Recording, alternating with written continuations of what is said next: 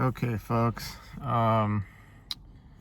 Classic intro expression, but this is my daily vlog update for day 175, and I'm kind of trying to hold my left nostril closed because it's a bit dry and itchy, and I'm thinking I'm probably gonna sneeze in the middle of recording this video. But anyways, like I said, it's day 175 of Nofap. Let me see. That means what? Friday? Is it Friday, or would it be? Yeah, I think it'd be Friday. Would be like 6 months. Which, assuming I get there, that'll be an interesting day. Looking back over the past, half of a year, and talking about all the things that have happened, good, bad, and in between. But I gotta admit, I've been struggling a bit lately. I had what I would define as a close call, not a slip up, not a relapse, but what I would call a close call, given that I've gotten a bit more stringent on my standards as to what I consider okay, or what I consider worth mentioning or documenting. Just a lot of it has to do with like my state of mind right now, and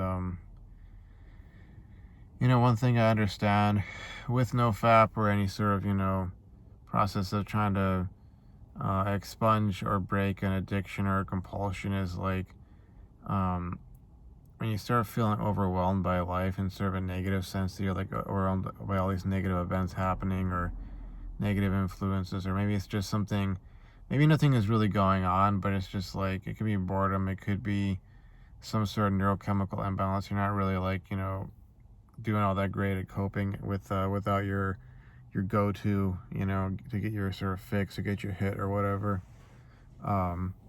You start slipping into patterns or routines or actions that can, and if they're not squashed, basically will eventually lead to a relapse. And I was kind of in this state of mind, essentially. Bit of fantasizing, looking up stuff on Wikipedia. Let's say that while it's not literally like pornography, it's sort of like firing up the same neurons, and I had to basically stop myself from doing that. Like, I bounced back. I haven't gone back in that direction again, but I was kind of skirting the edge, if you will, to the point that if I had continued on the path, I would eventually end up looking at stuff, and then that would eventually, lead to fapping. But kind of in like a, well, not kind of, but totally in a low, I guess, low energy state or negative state of mind. And I feel like right now I'm starting to recover from it a bit, but with all that's happened recently, and to any of my recent subscribers or commenters, like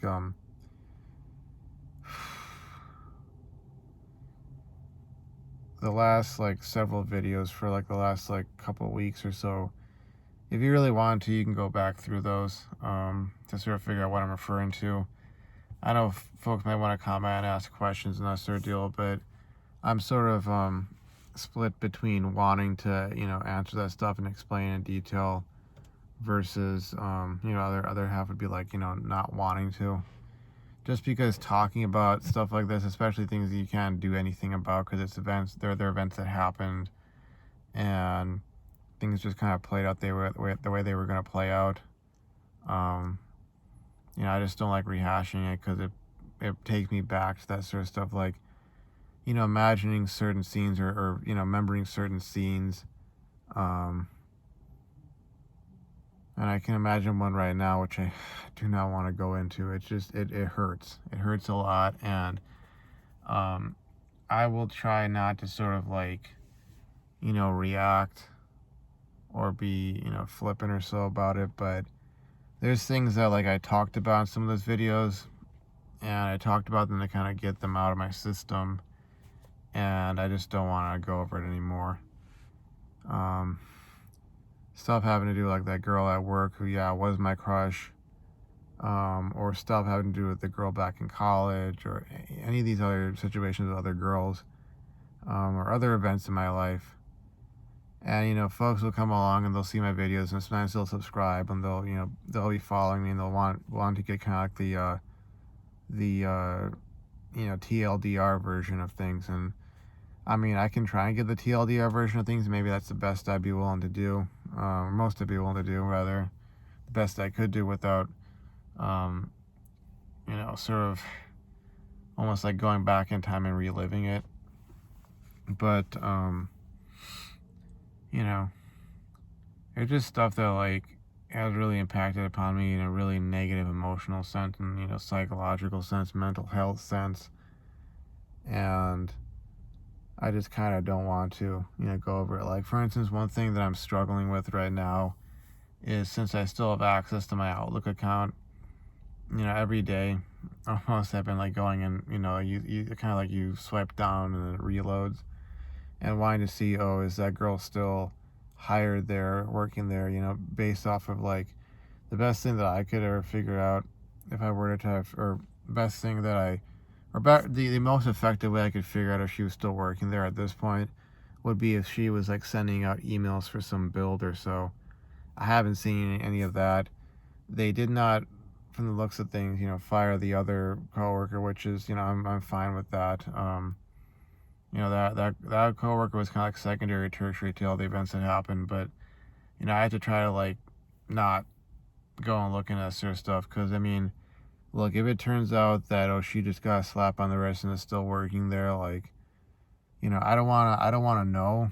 I want to tell myself, it's over, she got fired. I want to just sort of believe that for the time being, at least, and sort of leave that behind, because, like, what's it going to do to me? What kind of state of mind is it going to put me in, especially with all the negative fallout, like the effect on my grade in this class, which in all likelihood I'll be withdrawing from, and then, like,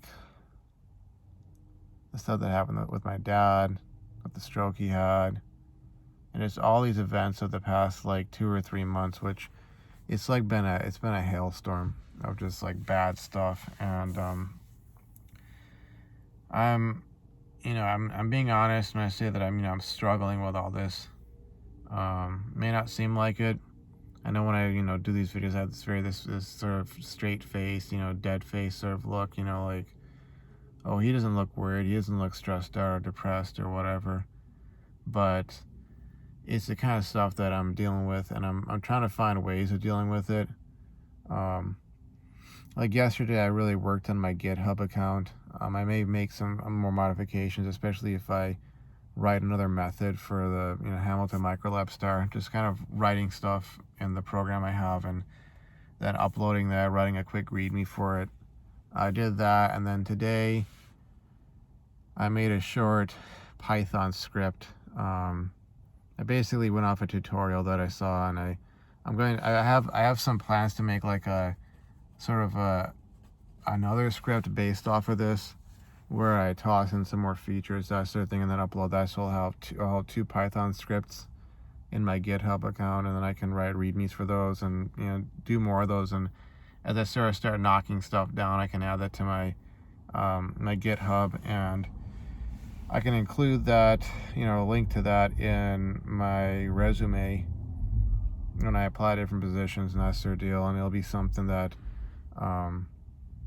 would really help, like, serve as an example of, okay, I know all this stuff, especially the Hamilton Microlab star type stuff, because that's a really rare and in-demand skill, especially right now. Given that biotech and pharmaceutical industries are really, like, taking off again, and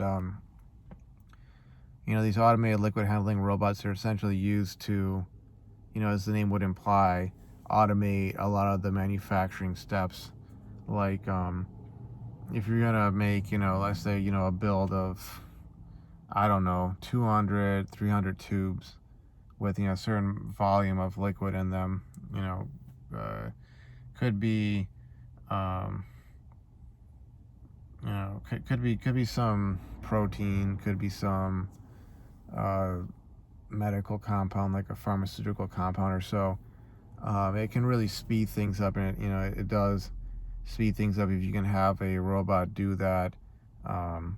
Automate that sort of part so that the operator doesn't have to be going through with a pipette, and pipetting, 100 of those or 300 of those. And if you can, get a robot to do that, then that frees up that amount of time that the operator would have to use on that step, and they can go do something else. And so, like, if you're an engineer who can program that sort of stuff,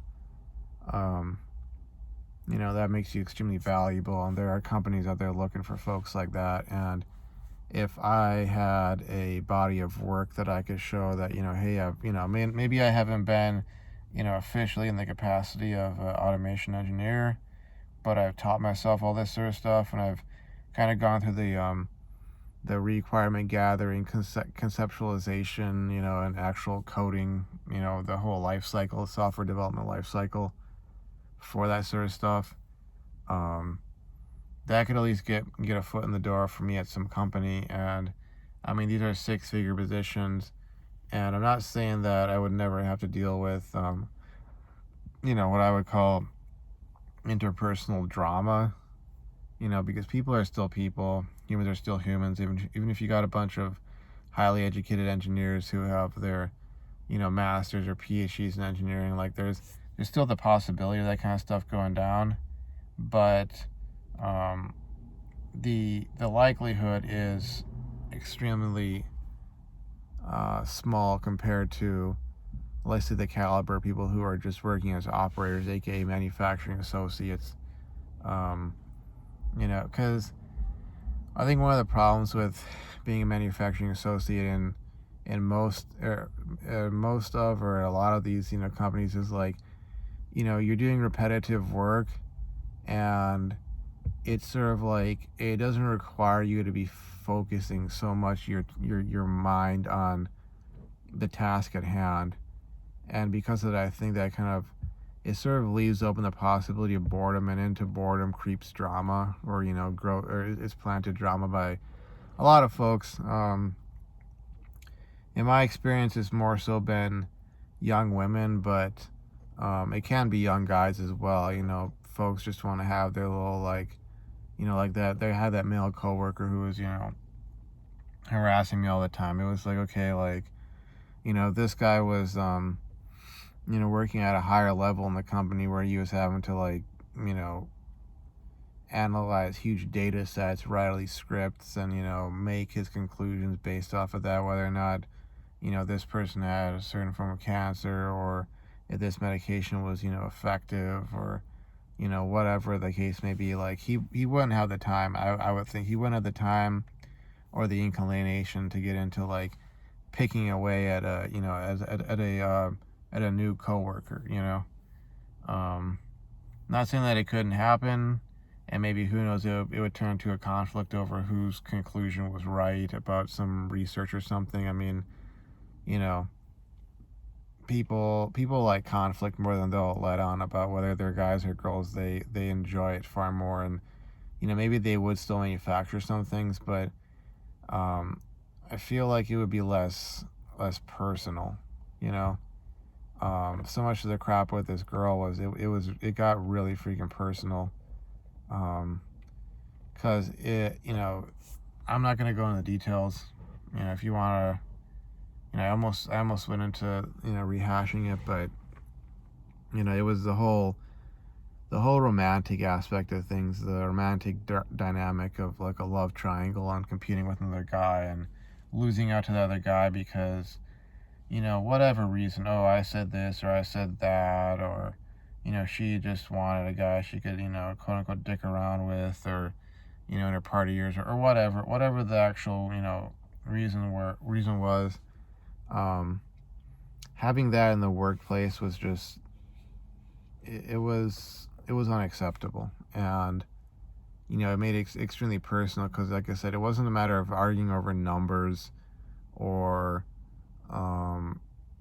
the rules or documentation issues, or your analysis of some data set, whether or not you chose to conclude that your design of experiment was was powerful enough, or whether or not your conclusion with regards to your p-value from doing a t-test or a chi-square test, or whatever was accurate, or what's the right conclusion to make to accept or reject the or to fail to reject the null hypothesis, or to reject the null hypothesis of no effect. It wasn't like something like that where it's like, okay, we're arguing about this abstract concept over here, that has nothing to do with your value as a person, whether or not you're attractive, whether or not you're likable, whether or not you're cool or hot or not, or whatever, socially inept, socially adept, nothing like that. It wasn't like, having an argument about an abstract concept. It was like, here's your value as a person, and this is how, this reflects back on you, that sort of thing. And that kind of stuff is unacceptable to me in a workplace environment. And I'm not going to be one to stand for that. And I kind of feel like if I was able to sort of get things done that would allow me to get into a position where that kind of stuff was like negligible, not non-existent. I can't go anywhere and go, it's never going to happen. It can never possibly happen, that I can have that kind of interpersonal conflict. But to the point that it'd be so negligible that it would be like, out of left field, like, what's going on here? This is not to be expected, sort of thing. That would be where I would want to be at. And, like I said, I'm trying to do whatever I can to recover from the recent events, mental, emotional sense. There's a lab assignment due this Friday, which I wanted to start working on today, but I'm also like not even sure if I'm going to be staying in the class. You see, like, I can't be waiting an entire like week or two to find out how exactly the exam grade turned out and all this other stuff. And this whole class really has not, even when I felt like I was on top of things or I was doing my due diligence, like, it didn't feel like last semester. Or if I felt like I was on top of things, I was actually on top of things. Or I felt if like my answers were solid to these questions or whatever on a quiz or something, they actually were. Yeah, it's felt off from the get-go. And the job itself felt off. A lot of things felt off, and they turned out to be off. But man, I wish I had some more people that kind of talked about all these like sort of issues that like they don't have to do with Nofap per se.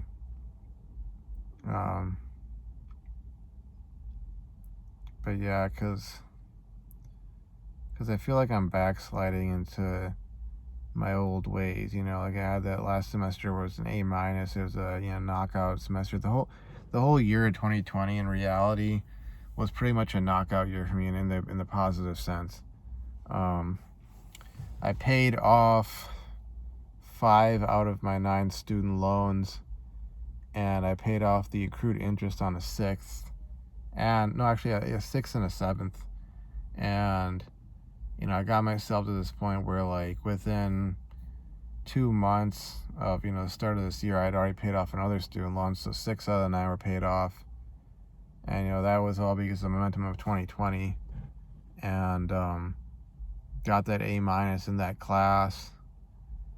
I got these nice stock options, which I exercised. I had all these things that I accomplished in 2020, and it was like, so what's 2021 going to be like? Trying to continue that momentum, and then like getting basically the wind knocked out of me by all these other events and such. And it's like, okay, like, how do I how do I at least make sure that this year ends on a decent note? Because like this summer I want to take a class, this fall I want to take a class, and then the spring take another class. And it's like, you know, if I can bounce back, get some A's, and turn this one class into just some sort of one-off, and then maybe next spring I retake this class, and I have a far better, sense of like, okay, here's what to expect, sort of a deal.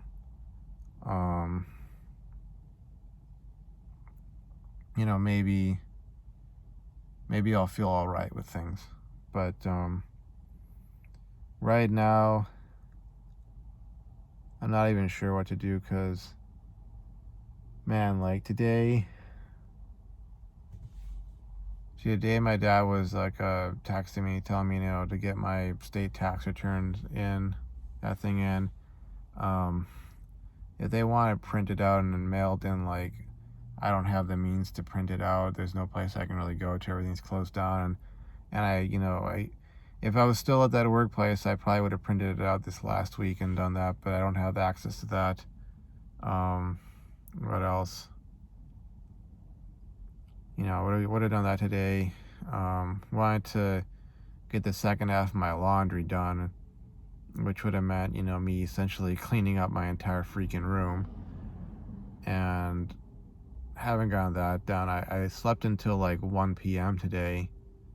And yeah, there was some fantasizing involved, but eventually I just kind of rolled out of bed and was just like, screw it, I'm getting up. I went and took a shower, got back to my room, got dressed in some, these new clean clothes from the laundry that I did yesterday, and knocked out that Python script.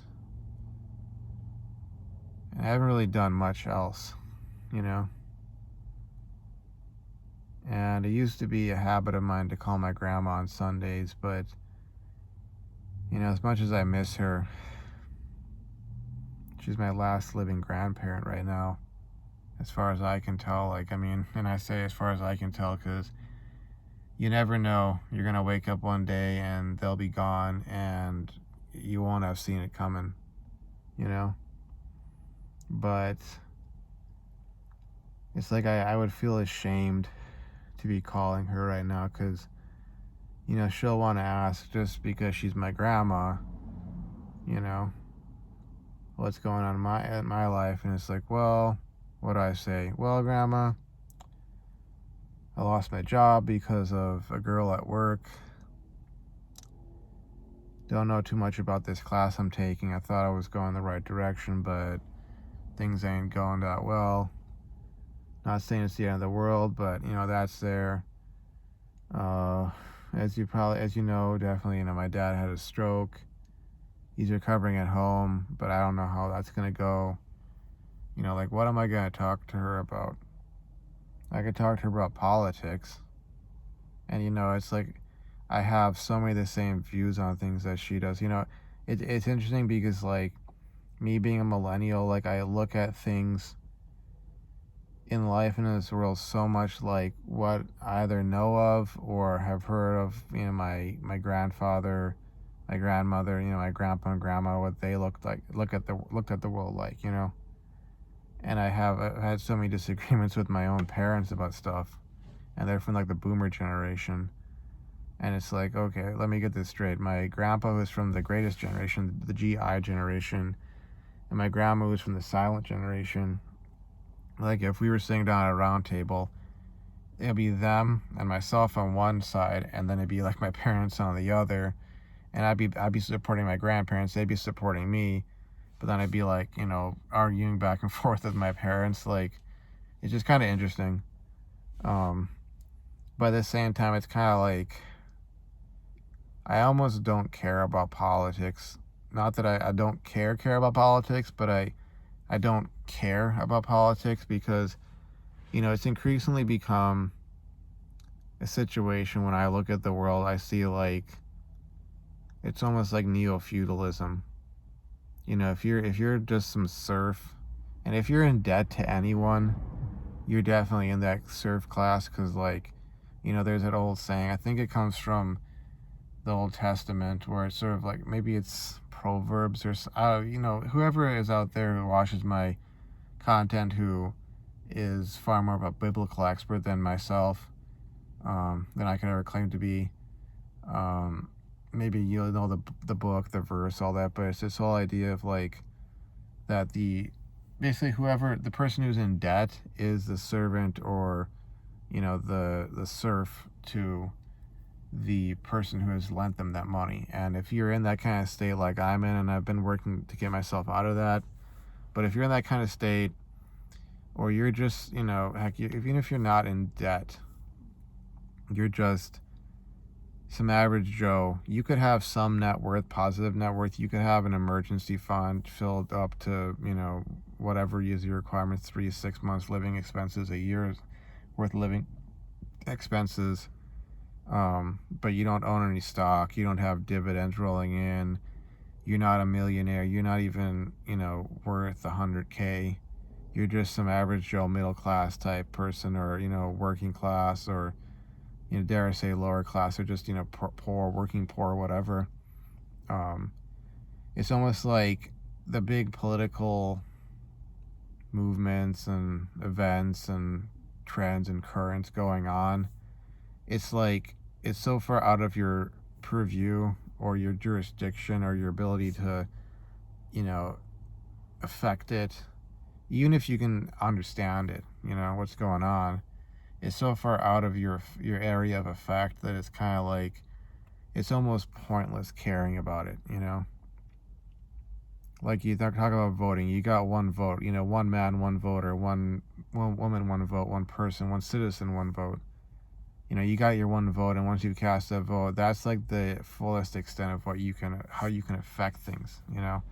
Unless you're some, extremely wealthy individual who can move mountains by pouring, millions or billions of dollars into funding this or that. Like, unless you're that person, you really don't have much of an effect on things. And it's almost like being a serf, and, like, okay, what is Lord so and so, or, Duke so and so, Count so and so, the Earl of whatever, the Prince or the King, what are his plans, or, what new war does King so and so want to start with this other king, or the Emperor of whatever, where does he want to invade, or, what does he want to do with the tax revenue, or, does he want to build a new castle on this hillside, or, it's like, as much as that stuff might end up affecting you in your life, and metaphorically, I'm not talking like literally them building castles or whatever, but as much as it might affect your life, it's kind of like, what can you do about it? If the king, or the whoever, big cheese, big wig, head honcho, leader guy, or gal, wants to have your entire neighborhood, bulldozed, and you got to move someplace else, and maybe they are offering you relocation to some other some other place of housing. Like, yeah, I suppose you could gather together and collectively, like, petition the powers that be, or whatever.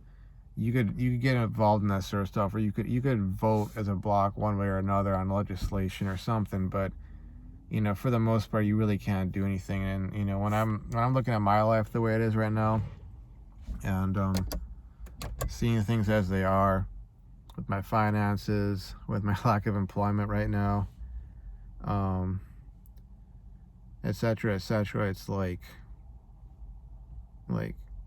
why waste time talking about politics unless you're just going to treat it as entertainment? Almost like being a spectator at a football game, or a soccer game, using American lingo. I know there's football international, which is what we call soccer, but at a sports ball game, basically, if you're at a sports ball game and you're a spectator, like, you can cheer for your team all you want to, but you can't really affect the outcome of the game. You're just kind of sitting there, and you got your hot dog, your hamburger, your soda, your beer, or whatever, you know, and you're just kind of like here for the ride, you know, that sort of thing, and you're not really able to have an effect on how anything turns out, you know. And if you're able to treat it like that, then okay, you can talk about politics. Like I've talked about it with my mom, politics and all that, and we agree on a whole lot of stuff, ironically enough. But as time goes on, it seems like there's that sort of shift towards it. Some of it probably is just, you know, getting older, like me getting older, but some of it is just like the reality of the world settling in, and, you know, sort of like it washes away, scrapes away, beats away, demolishes any sort of idealism you may have had as a youth, and you have to get down to brass tacks and pragmatism. But anyways, something else I was gonna mention. Something I was gonna talk about. It was something today. I wish I remembered it. What was it?